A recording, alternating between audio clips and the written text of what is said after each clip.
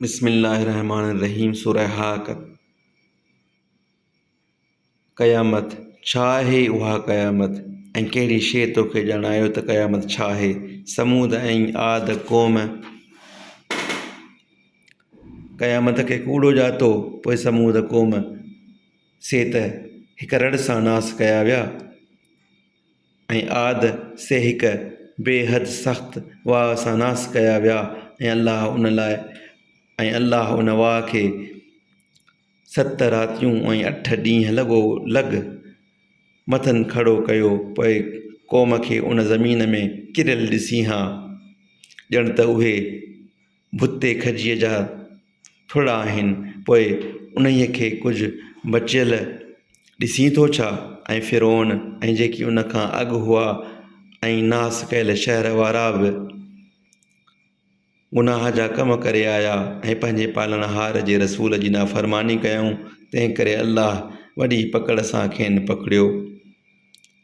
बेशक जॾहिं पाणी हद खां लंघी वियो, तॾहिं असां अव्हां खे हलंदड़ ॿेड़ीअ में चाढ़ियो। हिन करे त उन ॻाल्हि खे अव्हां लाइ यादगिरी करियूं ऐं उन खे को यादि रखण वारो कन यादि रखे। पोइ जॾहिं सूर में हिकिड़ी फूक बि ऐं ज़मीन ऐं जबल खयां वेंदा, पोइ हिक भेरो उन्हनि खे कटियो वेंदो। पोइ उन ॾींहुं क़यामत क़ाइमु थींदी ऐं आसमान फाटंदो। पोइ उहो उन ॾींहुं ढिलो थियल हूंदो ऐं मलाइक आसमाननि जे किनारनि ते हूंदा ऐं तुंहिंजे पालनहार जो तख़्त उन ॾींहुं 8 मलाइक पंहिंजे मथां खणंदा। उन ॾींहुं अव्हां खे अल्लाह जे आॾो कयो वेंदो। अव्हां जी का ॻाल्हि ॻुझी लिकी न रहंदी।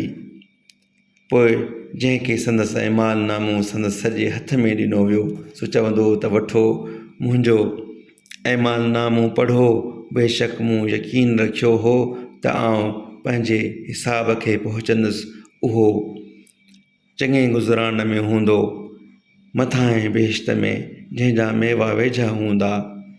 चइबोनि त वणंदीअ ते खाओ पियो, उन्हीअ करे जो गुज़िरियल ॾींहंनि में अॻे मोकिलियो हुयो। ऐं जंहिंखे संदसि ऐमाल नामो संदसि खॿे हथ में ॾिनो वियो, सो चवंदो हाय अरमान, जेकर मुंहिंजो ऐमाल नामो मूंखे न मिले हा, न ॼाणा हा त मुंहिंजो हिसाब छा आहे। हाय अरमान, जेकर मौत निवेरींदड़ हुजे हा, मुंहिंजे माल मूंखे को फ़ाइदो न ॾिनो। मूंखां मुंहिंजी बादशाहत चट थी। मलाइकनि खे चइबो त पकड़ियोसि, पोइ ॻिचीअ में घटि ॿधोसि, वरी दोज़ख में विझोसि, वरी अहिड़ी ज़ंजीर में क़ाबू कयोसि जंहिंजी डेघ 70 गज़ हुजे। छो त उहो माण्हू अल्लाह वॾे खे न मञींदो हो, इन की ॿियनि खे मिसकीननि जे खाराइण ते ताक़ीद कंदो हो। तंहिं करे उनजो अॼु हिते को दोस्त कोन्हे, ऐं न की उनजो फटनि जे रोग खां सवाइ ॿियो को खाधो आहे जो ॾोहारियुनि खां सवाइ ॿियो को उनखे न खाईंदो।